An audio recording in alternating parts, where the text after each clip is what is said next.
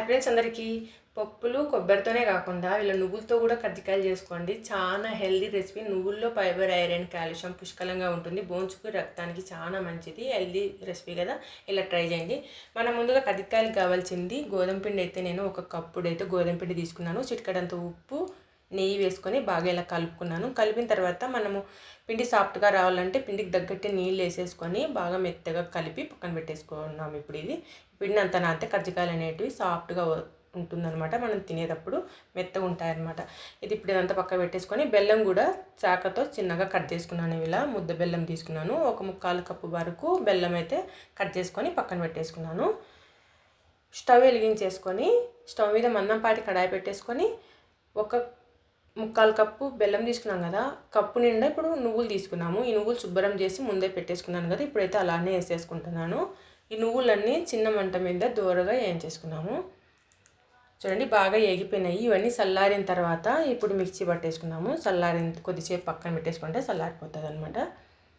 చల్లారిపోయినాయి. Mixie జార్లోకి అన్నీ వేసేసుకొని మిక్సీలో మెత్తగా ఆడించుకున్నాము. ఈ ఆడించిన తర్వాతనే ఇప్పుడు ముందుగా మనము బెల్లము తురిమి పెట్టుకున్నాం కదా, ఈ ఆడించిన తర్వాత ఆ బెల్లము ఒక 4-5 ఏలక్కలు కూడా ఫ్లేవర్ కోసం వేసేసి ఆడిచ్చేసుకొని మెత్తగా ఒక ప్లేట్లోకి తీసేసుకున్నాము. చూడండి ఇలాగ వచ్చింది కదా. మీరు కావాలంటే కినా జీడిపప్పులు, బాదపప్పులు కూడా ఇంకా కలుపుకొని ఆడించుకోవచ్చు అనమాట. నేను అవన్నీ ఏమీ లేదు. ఇదంతా ప్లేట్లోకి తీసేసుకొని ఇప్పుడు కొద్దిగా ఇందులోకి ఎండు కొబ్బరి తురిమి వేసేసుకున్నాము. ఎండు కొబ్బరి కొద్దిగానే వేసేసినాను. ఇదంతా కలిపి పక్కన పెట్టేసుకున్నాము. ముందుగా కలిపి పెట్టుకున్న గోధుమ పిండి బాగా నానిపోయింది, మెత్తగా ఉంది కదా.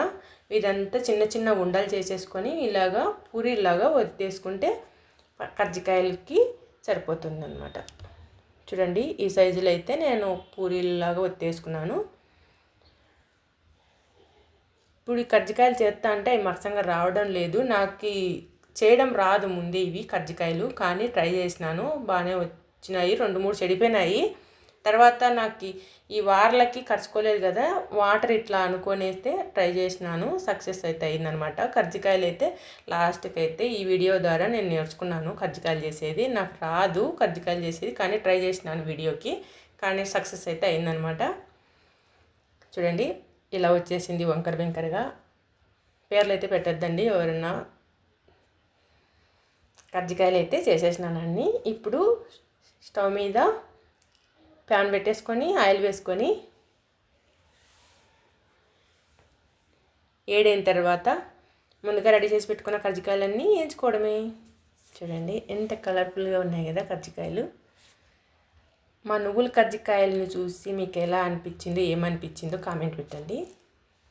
చూడండి అన్నీ ఇలా, మిగతాది కూడా ఇలా వేయించుకొని తీసేసుకుంటే సింపుల్గా కదా. రొటీన్గా పప్పులు కొబ్బరితోనే కాకుండా వీళ్ళ వెరైటీ కూడా ఉంటుంది. పిల్లలు కూడా ఇష్టంగా తింటారు. Healthy recipe. మీకు ఎలా అనిపించిందో నువ్వుల కజ్జికాయలు మా కామెంట్ పెట్టండి. లైక్ చేయండి, షేర్ చేయండి, సబ్స్క్రైబ్ చేసుకోండి. Thank you for watching.